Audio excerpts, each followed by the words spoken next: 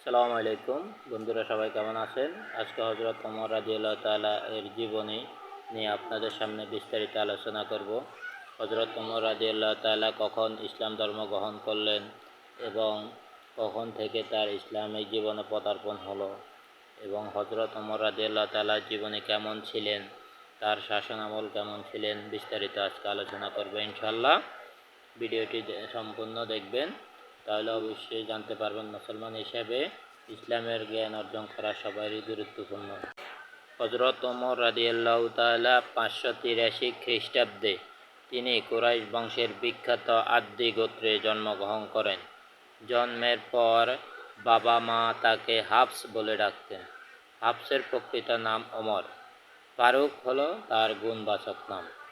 ওমর রাদিয়াল্লাহু তাআলা পিতা খাদ্দাব কুরাইশ বংশের একজন বিখ্যাত লোক ছিলেন। ওমরের মাতার নাম ছিল হাদ্দামা। তিনি ছিলেন হিসাব ইবনে মুগীরার কন্যা। মুগীরা একজন নামকরা সেনাপতি ছিলেন। হযরত ওমর রাদিয়াল্লাহু তাআলা শিক্ষা দীক্ষায় বেশ অগ্রসর ছিলেন। তিনি কবিতা লেখা এবং পড়া খুব পারদর্শী ছিলেন। কুস্তিবিদ্যায় হযরত ওমর রাদিয়াল্লাহু তাআলা ছিলেন অত্যন্ত পারদর্শী। তার সাথে কেউ কখনো কুস্তিগিরি করে হারত না। কুরআন ও হাদিস জ্ঞানে ওমর রাদিয়াল্লাহু তাআলা ছিলেন অত্যন্ত পারদর্শী এবং দূরদর্শিতা। হযরত মুহাম্মদ সাল্লাল্লাহু আলাইহি সাল্লাম যাহা বলতেন এবং যাহাই করতেন তিনি তা হুবহু কপি করে নিতেন এবং হাদিস বিসর্জনের ক্ষেত্রে হযরত ওমর রাদিয়াল্লাহু তাআলা ছিলেন একজন পারদর্শী। হযরত ওমর রাদিয়াল্লাহু তাআলা ইসলাম গ্রহণ।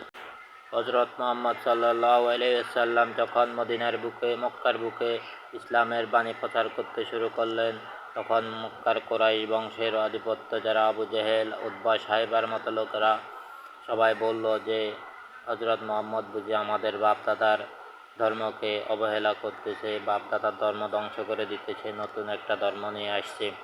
এখন হযরত মুহাম্মদ সাল্লাল্লাহু আলাইহি সাল্লামকে আমরা এখান থেকে উৎখাত করতে হবে। এজন্য হযরত মুহাম্মদ সাল্লাল্লাহু আলাইহি সাল্লামকে যে মারতে পারবে বা শেষ করে দিতে পারবে তার জন্য 100 উটের একটা অফার করা হয়। এই অফারে তৎকালীন শাসনামলে বা তৎকালীন মক্কার কুরাইশ বংশের সবচাইতে প্রভাবশালী ছিলেন হযরত ওমর রাদিয়াল্লাহু তাআলা। হযরত ওমর রাদিয়াল্লাহু তাআলা হযরত মুহাম্মদ সাল্লাল্লাহু আলাইহি সাল্লাম হত্যা করার জন্য রাজি হলেন। তিনি যখন রাস্তা দিয়ে যেতেছিলেন, হযরত ওমর রাদিয়াল্লাহু তাআলা হযরত মুহাম্মদ সাল্লাল্লাহু আলাইহি সাল্লামকে হত্যা করার জন্য যখন বাড়ি থেকে বের হলো, হঠাৎ রাস্তার মধ্যে এক পথিকের সাথে দেখা, নাঈম নামে এক লোকের সাথে দেখা হলো। সে বলল, ওমর, তুমি এত তাড়াহুড়া করে কই যাচ্ছ? ওমর রাদিয়াল্লাহু তাআলা বললেন, আমি হযরত মুহাম্মদ সাল্লাল্লাহু আলাইহি সাল্লামকে হত্যা করতে যাব। তখন ওই আবু নাঈম বলল যে তুমি হযরত মুহাম্মদ সাল্লাল্লাহু আলাইহি সাল্লাম কি হত্যা করবে? তুমি তোমার বাড়িতে গিয়ে দেখো, তোমার বোনের জামাই দুজন ইসলাম ধর্ম গ্রহণ করেছে। তখন সেখান থেকে আর হযরতে মুহাম্মদ সাল্লাল্লাহু আলাইহি সাল্লামের দিকে না গিয়ে তার বাড়িতে গেল। বাড়িতে গিয়ে দেখে সত্যি তো তার বোন এবং বোনের জামাই ইসলাম ধর্ম গ্রহণ করেছে। তখন সে তাদেরকে প্রহার করলো, মারলো এবং বলল যে তোমরা কি দেখে ইসলাম ধর্ম গ্রহণ করেছো? তখন তারা তাকে কোরআন শরীফ বের করে বলল যে দেখো, এই গ্রন্থ পাঠ করে আমরা ইসলাম ধর্ম গ্রহণ করেছি। তখন সে বলল যে এটা আমাকে দাও, আমি দেখি। বলল যে না, এটা পবিত্র কোরআন শরীফ, এটা ওযু করা ছাড়া কেউ স্পষ্ট করতে পারবে না। তখন সে এসে ওযু করে এসে কোরআন শরীফ ধরল এবং পড়ল এবং হযরত মুহাম্মদ সাল্লাল্লাহু আলাইহি সাল্লামের কাছে গিয়ে ইসলাম ধর্ম গ্রহণ করল। ওমরের হাদিস বর্ণনা। ওমর তিনি মোট 539টি হাদিস বর্ণনা করেছেন। খলিফা নির্বাচন। হযরত আবু বকরের মৃত্যুর পরে যখন এই তৎকালীন শাসন ব্যবস্থার দায়িত্ব কার কাঁধে বর্ধন করবে, তখন হযরত ওমর রাদিয়াল্লাহু তাআলা এর কাঁধে খলিফার দায়িত্ব বর্ধন করা হয়। তৎকালীন থেকে হযরত ওমর রাদিয়াল্লাহু তাআলা ইসলামের দ্বিতীয় খলিফা হিসেবে পরিচিতি লাভ করেন। হযরত ওমর রাদিয়াল্লাহু তাআলা এর সুশাসন। তার আমলে সর্বপ্রথম মানুষের জেলখানা আবিষ্কার করা হয়। তার আমলে মোট 14টি ভাগে, তার শাসন আমলকে 14 ভাগে ভাগ করেন।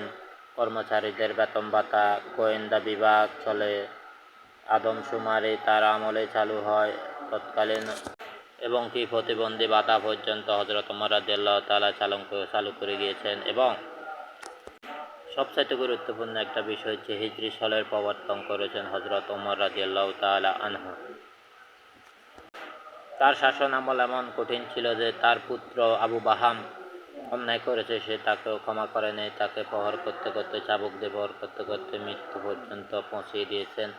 এই হলো হযরত ওমর রাদিয়াল্লাহু তাআলার সংক্ষিপ্ত জীবনী এবং শাসনামল। যদি ভিডিওটি সবার ভালো লেগে থাকে তাহলে অবশ্যই ভিডিওটি লাইক করবেন, শেয়ার করবেন, একটা সাবস্ক্রাইব করবেন। ইনশাআল্লাহ পরবর্তীতে আরও সুন্দর সুন্দর ভিডিও নিয়ে আপনাদের সামনে আসবো। আসসালামু আলাইকুম ওয়া রাহমাতুল্লাহি ওয়া বারাকাতুহু।